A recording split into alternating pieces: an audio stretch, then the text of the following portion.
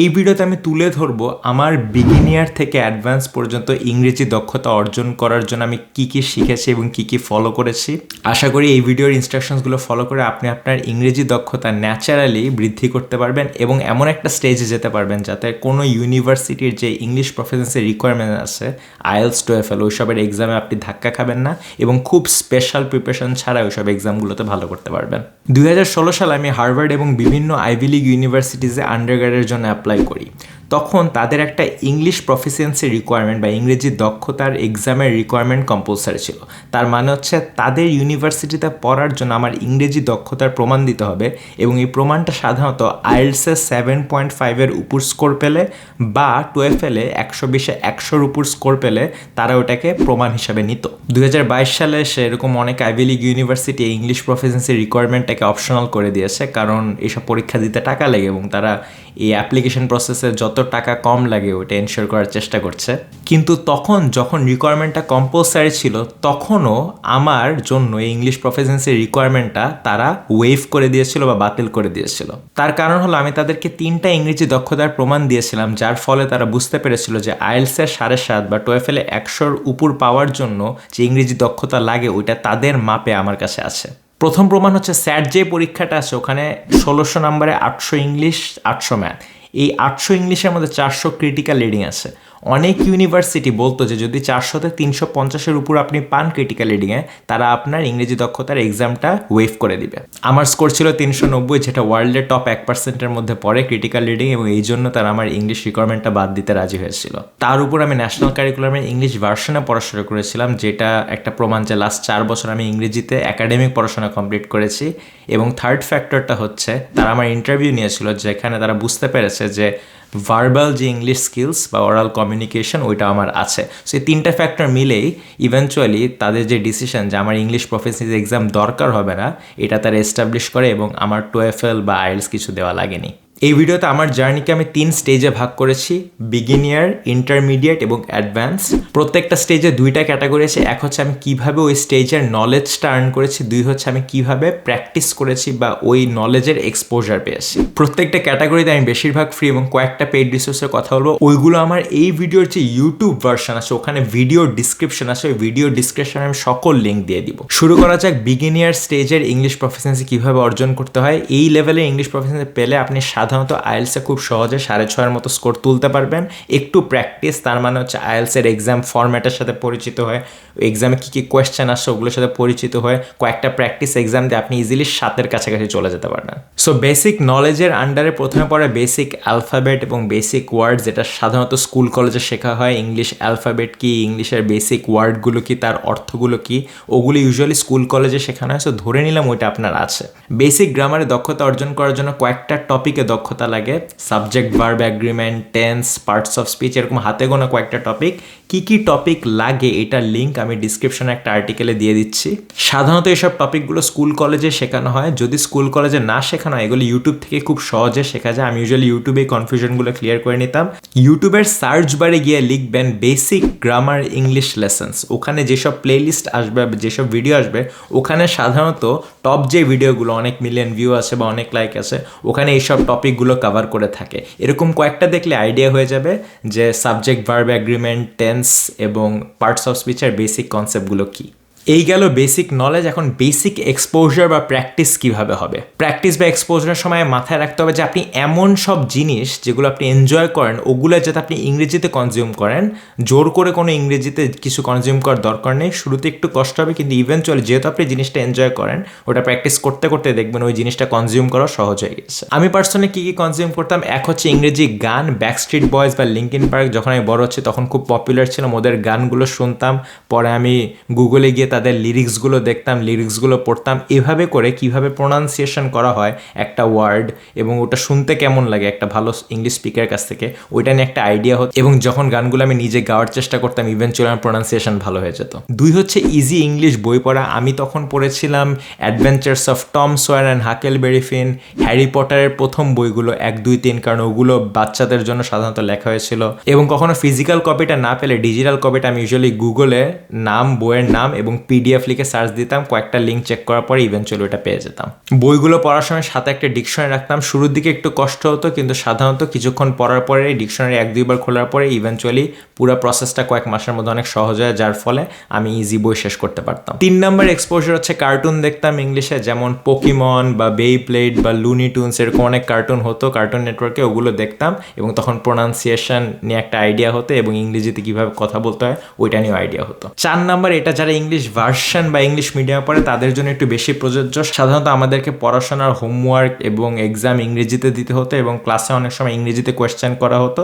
So basically ওখান থেকে আমাদের ইংরেজি দক্ষতাটা হালকা বৃদ্ধি পায়। কিন্তু যদি আপনি বাংলা মিডিয়ামে পড়ে থাকেন, আপনি যদি বাকি ফ্যাক্টরগুলো বা বাকি এক্সপোজারগুলো ঠিক রাখেন, ইংরেজির দক্ষতা আপনার বেড়ে যাবে। এবং 5 নম্বর, এটা প্যারেন্টসের জন্য, যখন আপনার বাচ্চা বড় হতে থাকবে তখন আপনি আশেপাশে ইংলিশ কার্টুন ছেড়ে রাখতে পারেন।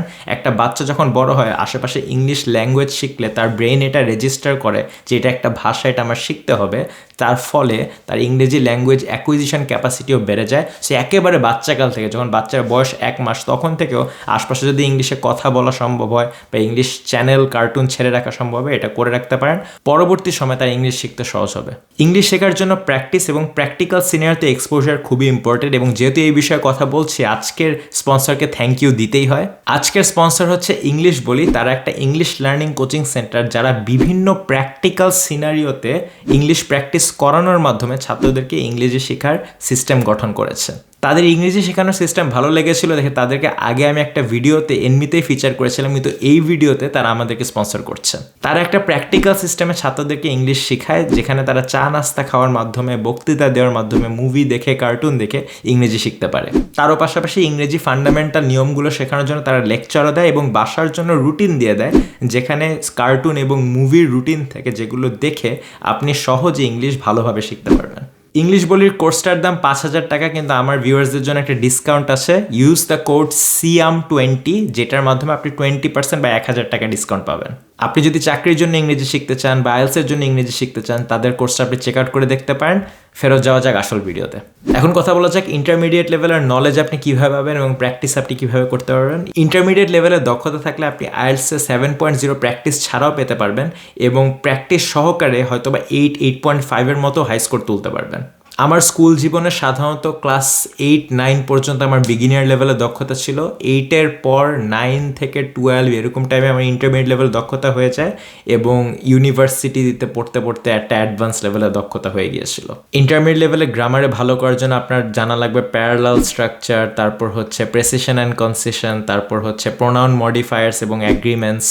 এইসব টপিক কি জানার জন্য আপনি বিবিএ অ্যাডমিশনের ভালো কোনো গাইড কিনতে পারেন বাংলাদেশে, বা ক্লিপস TOEFL কিনতে পারেন, বা খান একাডেমি, যেটা একটা ফ্রি এডুকেশনাল ওয়েবসাইট। খান একাডেমির SAT যে পরীক্ষা, ওই পরীক্ষার কোর্সটায় যাবেন। ওখানে ইংলিশের 3টা ভাগ থাকবে, রিডিং, রাইটিং এবং গ্রামার। ওখানে রাইটিং এবং গ্রামারের যেসব টপিক, ওগুলো আপনি প্র্যাকটিস করতে পারেন, ভিডিওগুলো দেখতে পারেন। ওগুলো দেখলে একটা আইডিয়া হবে যে কী টপিক থাকে এবং ওগুলো প্র্যাকটিস করতে করতে ইভেনচুয়ালি ইন্টারমিডিয়েট লেভেলের গ্রামার আপনি মাস্টার করে ফেলতে পারবেন। আমি পার্সোনালি খান একাডেমির মাধ্যমে এবং মেন্টরসের বিবিএ অ্যাডমিশনের গাইড, এই কয়েকটা সোর্স থেকে প্র্যাকটিস করতে করতে ইন্টারমিডিয়েট লেভেলের গ্রামারে ভালো হয়ে গেছিলাম। আর ইন্টারমিডিয়েট লেভেলের ভোকাবুলারি শেখার জন্য একই বিবিএ অ্যাডমিশনের যে কোনো ওয়ার্ড লিস্ট ঘাঁটতে পারেন ভালো কোনো একটা গাইড বই থেকে, বা কয়েকটা ফ্রি রিসোর্সেস আছে ভোকাবুলারি শেখার জন্য। এরকম কয়েকটা লিস্ট আমি ডিসক্রিপশনে দিয়ে দিব। ভোকাবুলারি শেখার জন্য কীরকম রুটিন বা সিস্টেম ফলো করলে, ওইটার উপর আমার আলাদা একটা জনপ্রিয় ভিডিও আছে, ওইটা আপনি দেখতে পারেন। ইন্টারমিডিয়েট লেভেলের প্র্যাকটিস পাওয়ার জন্য আপনি কী করতে পারেন?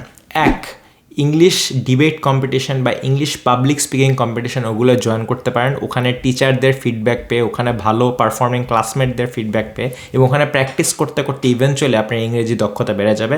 2 হচ্ছে ফেসবুকে আপনি লেখালেখি করতে পারেন। ইংলিশ নিয়ে কোনো একটা বই লিখলে ওই বইয়ের সামারি বা বইয়ের রিভিউ, নিজের স্কুলের ইংলিশ ম্যাগাজিন থাকলে ওখানে লিখতে পারেন, যেখানে আপনি অনেক ফিডব্যাক পেতে পারবেন ক্লাসমেট বা টিচারদের কাছ থেকে, বা যদি আশেপাশে কোনো বন্ধুবান্ধবদের ব্লগ থাকে ওইটার জন্য লিখতে পারেন।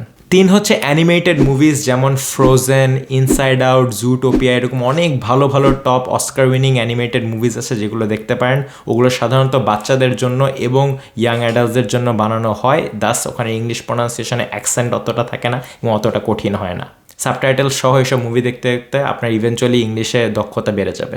4 হচ্ছে ইন্টারমিডিয়েট লেভেলের বুক, যেমন হ্যারি পটারের 4 নম্বর বই থেকে 7 নম্বর বই, বা popular non fiction New York Times best seller বা যেসব ভালো বই আছে যেমন Rich Dad Poor Dad, Atomic Habits, এরকম অনেক বই। এগুলো আপনি ডিকশনারি পাশে রেখে পড়তে পারেন। এইসব নন ফিকশন বেস্ট সেলার বইগুলো সাধারণত ইজিলি ডাইজেস্টেবল হয় এবং এগুলো পড়তে পড়তে ইংরেজির দক্ষতা বাড়ানো যায়। কোনো বইয়ের ডিফিকাল্টি আপনার জন্য ঠিক নাকি এটা আপনি গুগলে বইয়ের নাম লিখে সার্চ দিতে পারেন। গুগলে সার্চ দিলে বইয়ের কয়েকটা প্রিভিউ দেখানো হয়, প্রিভিউতে পেজগুলোয় ক্লিক করে যদি দেখেন ওই প্যারাগ্রাফে যে ইংলিশ ওটা আপনি বুঝতে পারতেছেন, বুঝবেন ওইটার ডিফিকাল্টি আপনার জন্য।